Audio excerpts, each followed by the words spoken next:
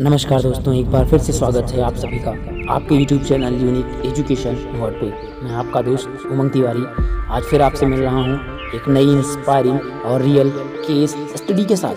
आज की जो कहानी है वो एक ऐसी लड़की के विषय में है जिसके दोनों पैर में पोलियो था, फिर भी उसने ओलंपिक में भाग लिया। केवल भाग नहीं लिया, 3 बार गोल्ड मेडल भी अपने नाम किया।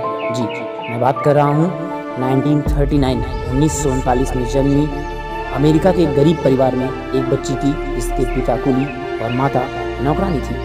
पिता उस बच्ची को एक ऐसा स्कूल में पढ़ाते थे जहाँ पर सभी पैर वाले बच्चे पढ़ते थे, मतलब सभी ऐसे बच्चे पढ़ते थे जो चल फिर पाते थे। बच्ची को 4 साल में पोलियो था। कई लोगों ने सलाह दी कि आप इस बच्ची का एडमिशन ऐसे स्कूल में कराइए जहाँ पोलियो ग्रसित या विकलांग बच्चे पढ़ें। पिता ने कहा नहीं, मैं अपनी बच्ची को कभी भी इस बात का एहसास नहीं होने दूंगा कि वह पोलियो ग्रसित है और वह चल फिर नहीं पढ़ सकती। अपितु एक दिन स्कूल में रेस हो रही थी और बच्ची प्रयास कर रही थी दौड़ने। वह कमरे से कई बार निकलने की कोशिश करे, लेकिन जैसे कोशिश करे वैसे ही गिर जाए। टीचर ने देखा और उस बच्ची के पास गया, जाकर बोला, बेटा आप घर में चलने की प्रैक्टिस करो और आप दौड़ पाओगे। वह घर आई और माता से बोली, माँ एक बात बताओ, क्या मैं कभी चल नहीं पाऊंगी? और रोने लगी। माता ने कहा, बेटा तुम विकलांग नहीं हो। विकलांग वह व्यक्ति होता है जो दिमाग से सोचता नहीं है। तो एक बार दिमाग से सोचो कि तुम्हें चलना है, मुझे विश्वास है तुम चलोगे नहीं, दुनिया में सबसे तेज दौड़ोगे भी। माता ने साथ दिया। एक बात तो आप भी मानते होंगे कि पॉजिटिव थिंकिंग इंसान को बूस्ट कर देती है।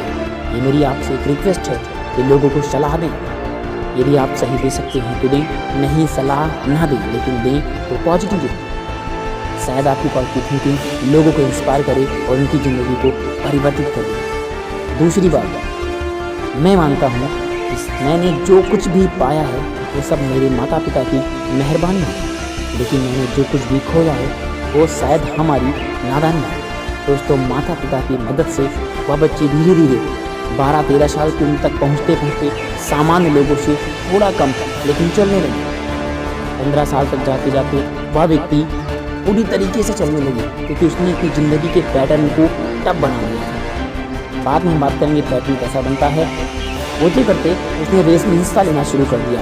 लगातार 13 बार हिस्सा लिया, लेकिन हर बार वह हार जाती थी। 14वीं बार उसने जब हिस्सा लिया तो वह थर्ड आई।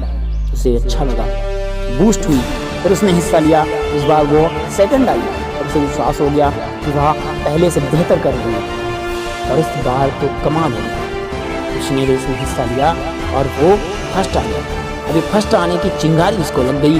उसने सोचा, अब मुझे दुनिया में सबसे तेज दौड़ना है।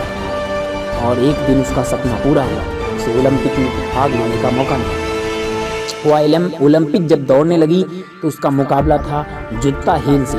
जुत्ता हेन उस समय की एक ऐसी रेसर थी, ऐसी धाविका थी जो अपने जीवन काल में कभी नहीं हारी थी, लेकिन इस लड़की ने उन्हें भी हरा दिया।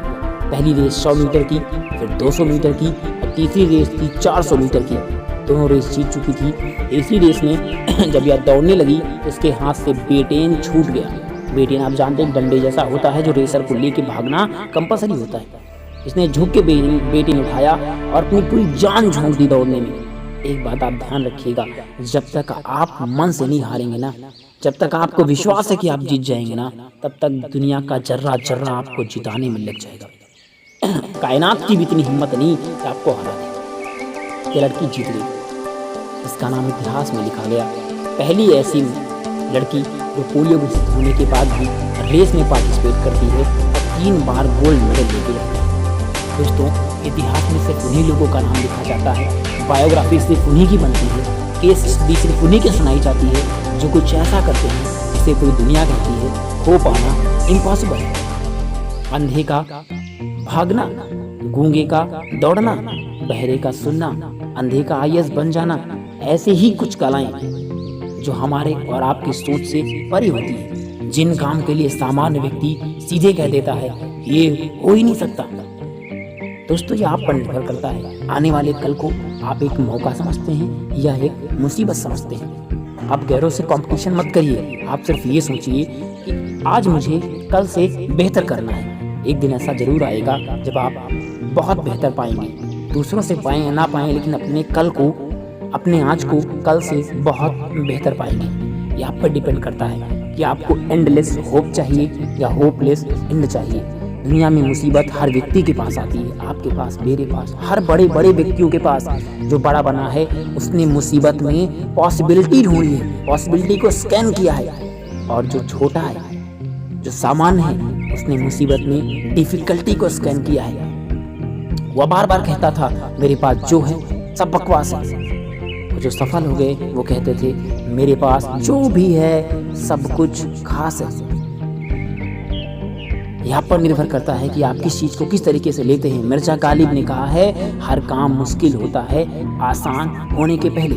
आप कुछ यूं समझिए, जिंदगी का पैटर्न कुछ ऐसे चलते हैं। आप इमेजिन करिए, एक घुड़सवार एक घोड़े को चला रहा था, घुड़सवारी कर रहा था। जब वह चल रहा था, रोड पे अचानक गड्ढा आया। उसने घोड़े से कहा रॉक।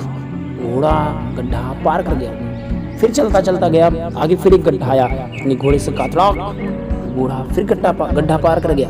ऐसे करते करते कई गड्ढे आए और हर गड्ढे में वह घोड़े को खड़ा खड़ा खड़ा बोलता था और घोड़ा गड्ढे को क्रॉस कर जाता था। अभी तक घुड़सवार घोड़े को चला रहा था, लेकिन कुछ देर बाद फिर गड्ढा आया और घोड़ा गड्ढे को खुद ही पार कर गया। उस घुड़सवार ने खड़ाक नहीं बोला। यही जिंदगी का पैटर्न है। शुरुआत में आपको मेहनत करनी पड़ती है, आपको लगता है टफ है, नहीं होगा नहीं होगा। होते होते एक दिन ऐसा आता है कि वो आपकी जीवन शैली बन जाती है, दिनचर्या बन जाती है और आप वैसी जिंदगी जीना पसंद करते हैं और आप लोगों से अलग बन जाते हैं। आप यूँ सोचिए, एक पानी की नॉर्मल बूंद आपके बाथरूम में जब फर्श पर गिरती है तो आप सोच भी नहीं सकते कि वो टाइल्स में इकट्ठा कर देगी। पहली बूंद बिखर जाती है। उस पहली बूंद को देख के कोई अंदाजा भी नहीं लगा सकता है कि कल ये बूंद इस फर्श पर गड्ढा कर देगी। परंतु लगातार कॉन्सिस्टेंसी से वह बूंद लगातार गिरती है।